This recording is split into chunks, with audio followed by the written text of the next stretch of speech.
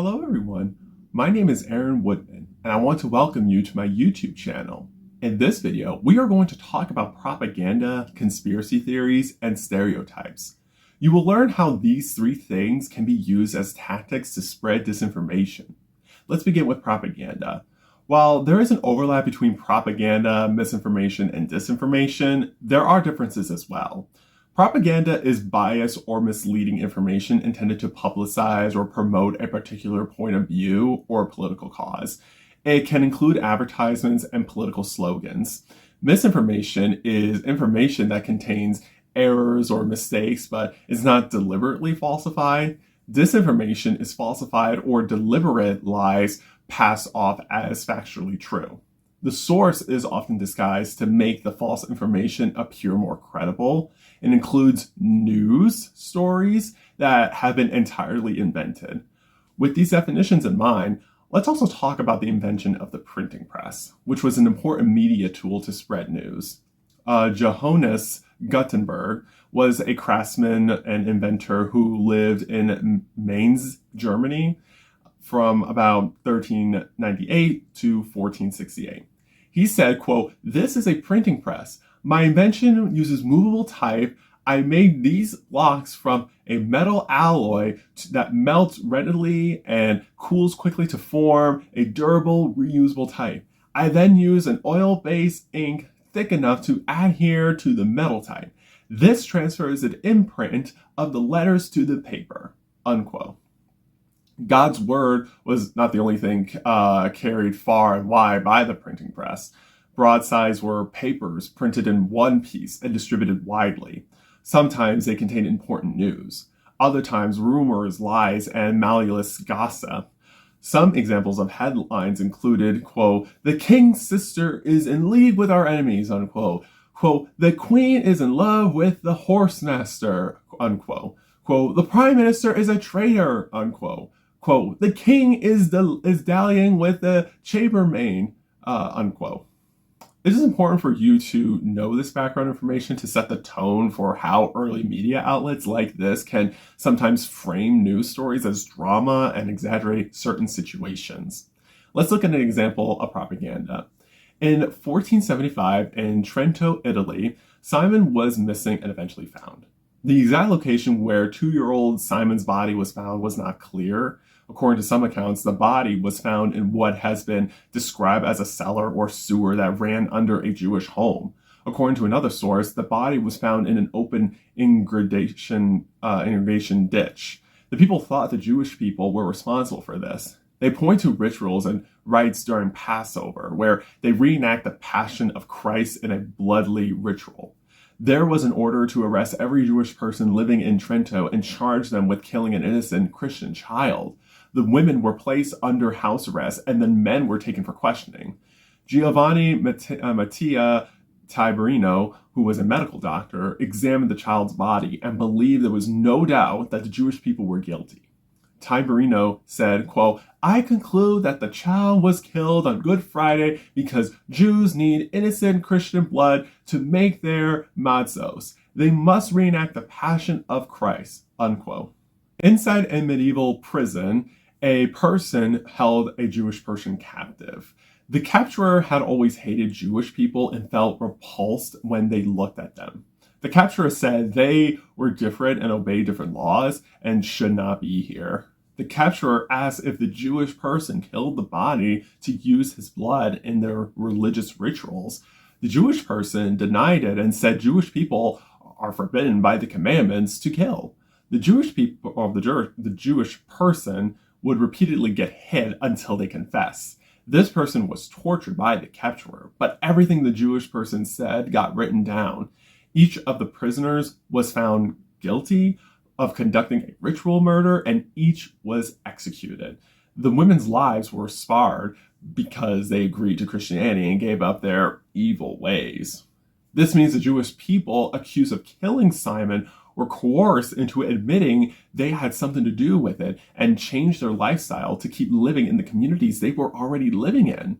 This all happened based on flawed arguments that because Simon's body might have been found near a Jewish home and the Jewish people did rituals and rites during Passover, it automatically meant the Jewish people had something to do with his death.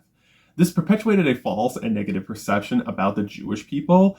Dr. Timberino wrote a letter to the Senate and the people. He described in horrific and graphic detail his theory of the death of Simon. His letter was published as a pamphlet called Passio Beniti Simonis Trendetini. This is where the printing press comes in. The printing press had been introduced to Italy from Germany, allowing his pamphlet to be published and distributed widely. Here were people's reactions.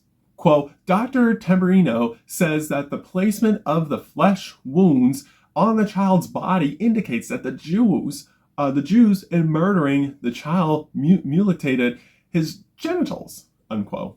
Quote, Dr. Timberino says the Jews performed this ritual to suggest circumcision. Also, the body did not drown. He was killed and then dumped into the water, unquote. Quote, Dr. Timberino says the Jews are atrocious people, and in this rite, they are enacting the passion of Christ, unquote. This example of propaganda shows an attempt to paint a perception about Jewish people as evil individuals who murdered someone as part of their culture. Since this misleading narrative was spread around in the printing press, many people made their own conclusions about Jewish people that were in a negative light. This example also shows that the lie that Jewish people engage in ritual murder is called a conspiracy theory, which explains an important event. The explanation generally includes a powerful, malevolent group working secretly to do evil things to innocent people. For example, cults, secret societies, aliens, etc. People can believe a conspiracy theory because coincidence and random events can make people uncomfortable, so they seek an explanation. The truth in this case was that a boy wandered away just before Easter and drowned, and his body was found near a Jewish home. Conspiracy theories play into underlying fears and prejudices. So when the body was found near a Jewish home, people made false connections between the boy's death and the Jewish people. Since some people thought the Jewish people were evil because of their rituals, people figured it was a coincidence that someone would die because of the rituals, and their fears and prejudices against Jewish people over-perpetuated the narrative against them. Let's look at another example about Marie Antoinette of France. In France, in 1789, the people rebelled against the royal family to protest the king's taxes and the abject poverty of much of the kingdom. Someone came to Queen Marie Antoinette in the palace to say the people were starving and they had no bread. The queen allegedly said, quote, let them eat cake. To be clear, there is no evidence that Marie Antoinette said this. The phrase was first uttered at least 100 years earlier when the wife of Louis XIV was accused of giving this response. The phrase was not attributed to Marie Antoinette until after the revolution to justify the revolution and murder of the royal family. Here is some more context. Marie Antoinette lived in an opulent luxury while the majority of the citizens lived in poverty. Quote, let them eat cake was thus a lie that pointed to what people perceived as an underlying truth. One scholar suggests that a similar phrase was used by an elderly and senile royal aunt, Madame Victoire, when she was told the people were starving and they had no bread.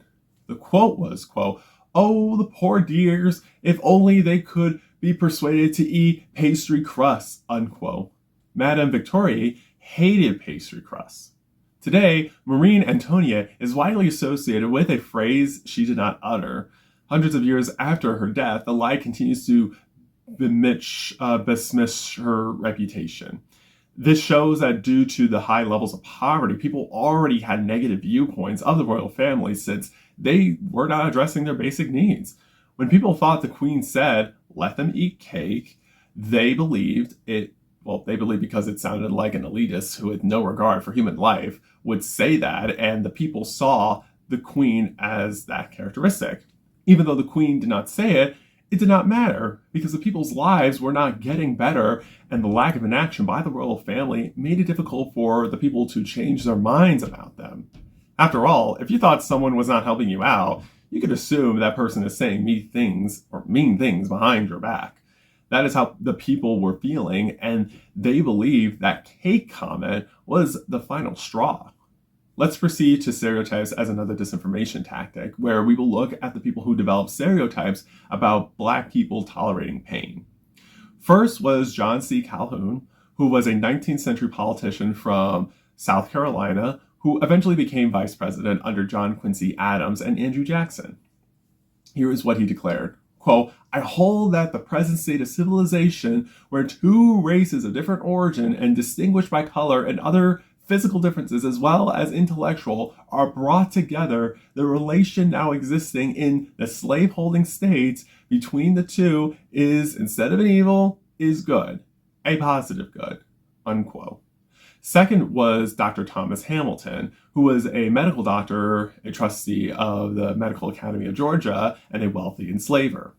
Here's what he said, quote, I have conducted scientific experiments, and I have proven that persons of African descent have lower intelligence and a higher tolerance for heat and pain. Their brains are small and their sexual organs are large. Therefore, they are more sexually promiscuous and best equipped for heavy labor, unquote. Hamilton concluded his experiments by beating Black people, blistering their skin, and watching their reactions. Third was Benjamin Moseley, who was a British doctor and author of a treatise on tropical diseases. Here is what he declared, quote, I too have conducted experiments on Black men, and I can assure you that persons of African descent are almost impervious to pain. What would be the case of insupportable pain to a white man, a Black man could almost disregard, unquote. Keep in mind that these fallacies, which were passed off as a science, bolster the popular argument that people of African descent were fit for forced labor. When slavery was outlawed, these fallacies provided support for discriminatory laws and treatment against Black people. Let's look at one more example about the Great Moon Hoax of 1935. The New York Sun, founded in 1833, was the first successful penny daily press. Because of its low price, it could reach a wide audience. It became one of the most influential American newspapers. Here are some quotes from an article. Quote, Grant was studying the moon through a telescope in Cape Town, South Africa, where he discovered evidence of fantastic life on the moon, unquote. Quote, look at this, there are unicorns on the moon and small human-like flying creatures resembling bats, unquote. Quote, the moon has craters, rushing rivers, lush vegetation, and enormous animistic crystals, unquote. People thought those reports were true since the findings in that article were first reprinted in the Edinburgh Journal of Science. People came from Yale to track down the article from the Edinburgh Journal of Science about life on the moon. However, the Edinburgh Journal of Science went out of existence years ago. Still, the New York Sun sales skyrocketed. When the New York Sun admitted that the story was a hoax, people were generally amused. The reputation of the newspaper was unharmed. The New York Sun continued publication as usual. What has come to be known as the Great Moon Hoax of 1835 demonstrates consumers of news and the probability of fake news. Essentially, if a news article goes along with a person's perceived notion of a specific subject and is backed by another source, they will believe it and go along with that narrative. Even if the source does not exist or is unreliable, it might not do much harm to a newspaper's reputation. Of course, there are some exceptions, but the point to remember is how attention-grabbing headlines and too good to be true articles can be enough to trick people into believing a false narrative about something. We can now see that propaganda, conspiracy theories, and stereotypes are powerful tactics that can shape public opinion, influence behavior, and distort our understanding of what goes on in the world. The tragic case in Trento, the fabricated quote by Marie Antoinette, the racist pseudoscience used to justify slavery, and the Great Moon Hoax all show how easily false narratives can spread, especially when they tap into fear, anger, or existing biases. As I said before, these examples remind us that disinformation is not new. Throughout history, people have believed lies because they sound believable, supported what they already felt, or came from sources that appeared credible. We need to learn how to question sources to make sure they are reliable by examining the evidence and understanding the motives behind certain narratives. This allows us to become more responsible consumers of information and develop critical thinking skills to protect ourselves from disinformation. In the next video, we will talk about fascism and its role in spreading disinformation. Until then, please like this video, subscribe to my YouTube channel, and turn on the post notifications so you will be notified when I post my next video. I appreciate your support. Remember, you are powerful, you are capable, and you are the changemaker our society needs. Thank you so much for watching this video. I will see you soon.